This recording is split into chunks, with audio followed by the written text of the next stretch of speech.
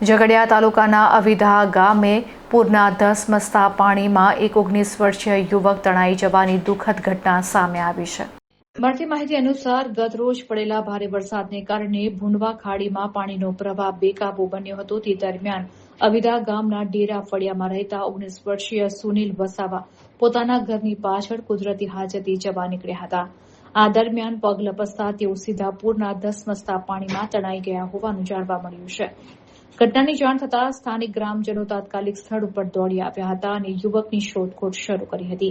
ત્યારબાદ ઝઘડિયા પોલીસને જાણ કરવામાં આવતા પોલીસ કાફલો તેમજ ઝઘડિયા ફાયર બ્રિગેડની ટીમ ઘટનાસ્થળે પહોંચી હતી।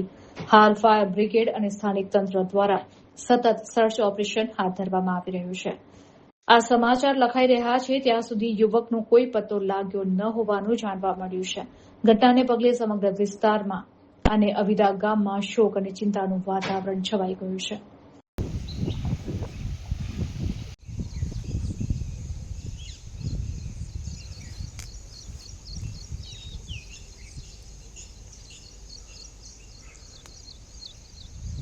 પાણીઓ બી ઓછો આવ્યો હા।